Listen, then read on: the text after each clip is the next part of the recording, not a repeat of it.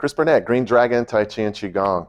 Today I want to talk to you about what is the importance of martial arts and the importance of doing martial arts. Well, there are a lot of reasons that many of us can think of as practitioners and teachers of martial arts. I mean, there can be various benefits in terms of health-wise, self-defense, uh, confidence building. The list goes on, and we can name a lot of those attributes. At my last training in Pennsylvania with Dr. Ted Sibick, he says something that stuck with me, and I kind of wanted to share with you here today.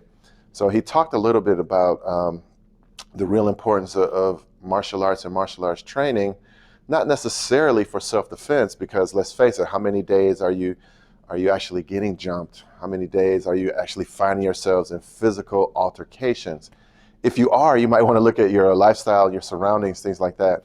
But seriously, most of us in this day and age, we don't really have to fight or engage in these type of activities unless you're out there looking for that type of life or leading a certain lifestyle. Well, the importance of training, of course, is to be prepared just in case something happens, just in case you do get jumped. But think about today's environment and lifestyle that we live in. Most people are using weapons anyway. Most people are, it's a harsh reality that most people are using guns, knives. Guns are the big thing that's going on. So you probably won't find yourself in a fist fight too much, God forbid if anything were to happen. So what is the real importance of this training, this martial arts training, learning self-defense, things like that? Well, for one, it builds strength. It builds a certain physical strength. These things should be hard to do. They should not be easy. Okay, you have to challenge yourself, or you should be challenging yourself. Your instructor should be challenging you, not to the point that will make you quit, but to a point where they can gradually lead you up in levels of intensity to where you're always getting stronger, always getting stronger. The things that build the skill, the things that build up self-defense skill, are things that are hard, like your stance training in Tai Chi, standing, sinking, building the leg muscles. Kung Fu, you're doing the horse stance. Same thing, it's hard to hold that horse stance. A lot of martial arts like Kung Fu and things like that also have you do push-ups, stretches. Stretches are uncomfortable. All of these things that build the body also build the mind. They also build up your willpower. They build up your ability to withstand pressure, to withstand things that are hard.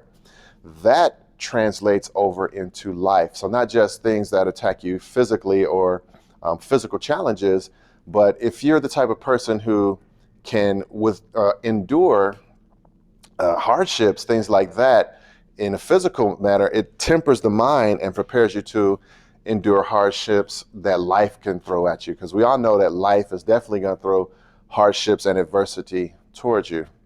Think about the sparring that we do. So the most, I would say, intense sparring that I've done has been in Brazilian Jiu-Jitsu. It's great, it's fun, but it's very challenging. You don't always win, but you never quit. Things are always changing. Things can be very unpredictable. Those attributes should transfer over into life. Life is going to do the same thing. It's going to be very challenging. It's going to throw different curves at you, unexpected situations, unexpected things. How good is your ability to adapt and flow and change with life? So that's the benefit of these martial arts. It tempers the body and the mind and the spirit to be able to endure not only hardships, but also to adapt and change without becoming, I wanted to say deflated, without becoming depressed or giving up hope, things like that. So you always know that there's a way to change the tide, a way to change the situation, to look at it from different angles, to see things moves ahead. So when you do things like jiu-jitsu, they also compare it to chess, because you can kind of see what moves are possible. You can look ahead, certain movements, and that's a great way to have in life. And it doesn't just come from jiu-jitsu. All martial arts should have that ability as well. The Tai Chi, the Kung Fu, whether you're doing Taekwondo, another popular form of martial art, or whatever it may be.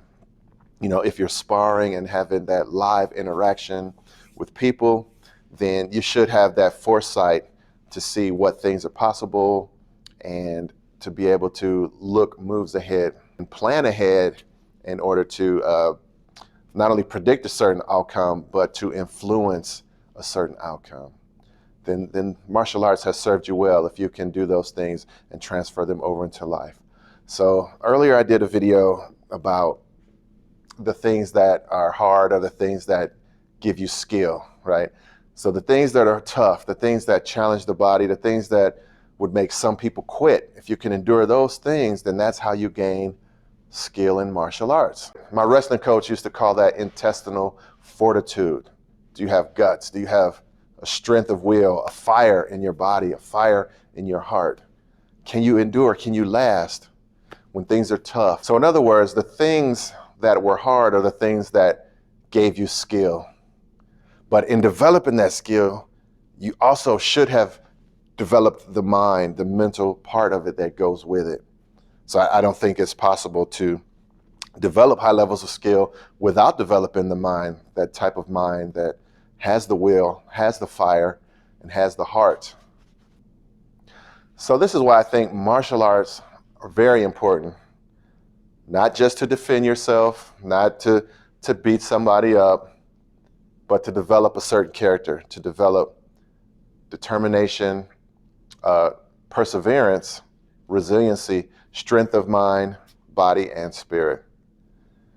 Hey, I want to thank you for listening, and I look forward to seeing you in the next video.